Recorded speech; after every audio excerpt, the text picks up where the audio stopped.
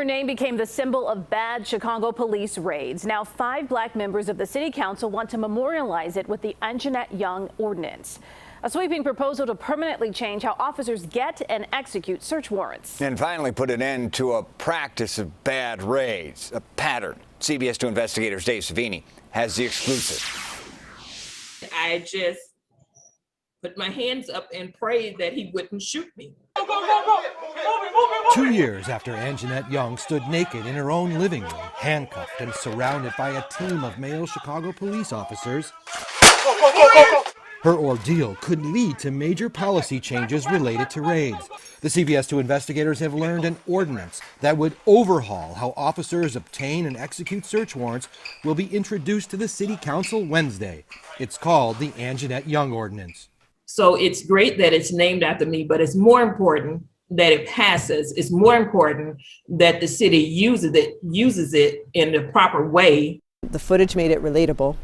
Personally, like as a black woman. Chicago Alderwoman Maria Haddon is one of the sponsors. Shame for her, for us, like for black women, for the city of Chicago, a lot of anger and a lot of confusion and frustration. Young's raid is one of more than 50 botched raids the CBS 2 investigators uncovered during our more than 2-year-long probe. Dozens of people, including children, had guns pointed at them or were handcuffed because police failed to do the proper research, failed to verify addresses, and just took the word of paid informants in getting their warrants. And these wrong raids, time after time, are examples of rules not being followed, protocol not being followed, and everyday Chicagoans having their civil and human rights violated.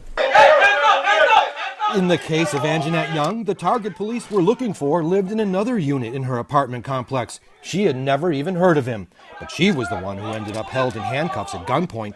A dozen police body cameras trained on her the whole time. The proposed ordinance calls for CPD to promptly turn over body cam videos to victims like Young upon request. Video of her raid was withheld for over a year. When the city finally turned it over, 6 key recordings were held back, including body cam video from the first officer to burst in and point a gun at her. They withheld 6 videos, key videos from you. Do you remember that moment when that rifle was pointed right at you? And in that moment,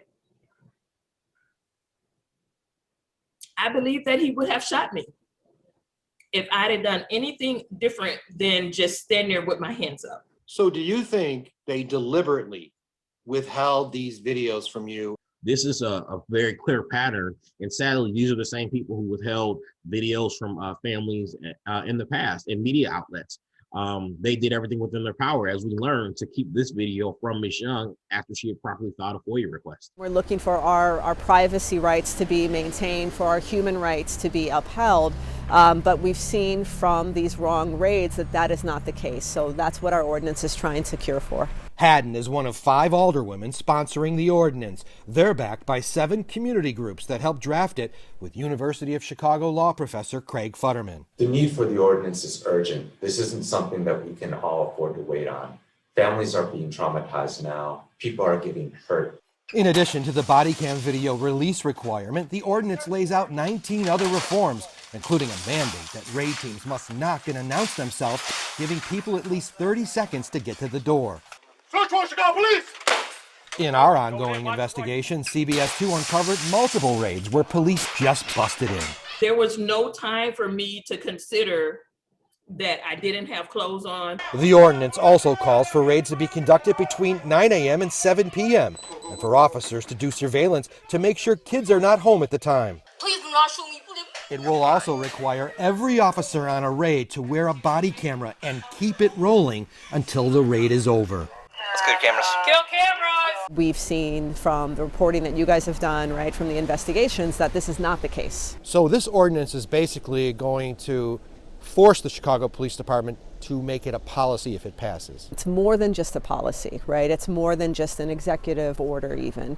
It really becomes part of what our laws govern in our city. More grounds to demand the type of enforcement and compliance that we want to see. I wanted to fight to make sure that this doesn't happen to anyone else. The ordinance will require the detailed tracking of all police raids. They must log the race of the people raided and must report if children were involved or if force was used. Informants who give bad information will be banned from future use. And finally, if doors are broken, the city must be out to fix them within hours. Dave Savini, CBS 2 Investigators. To read the Anjanette Young ordinance in its entirety, look for this story in the CBS Investigators section of the CBS Chicago app.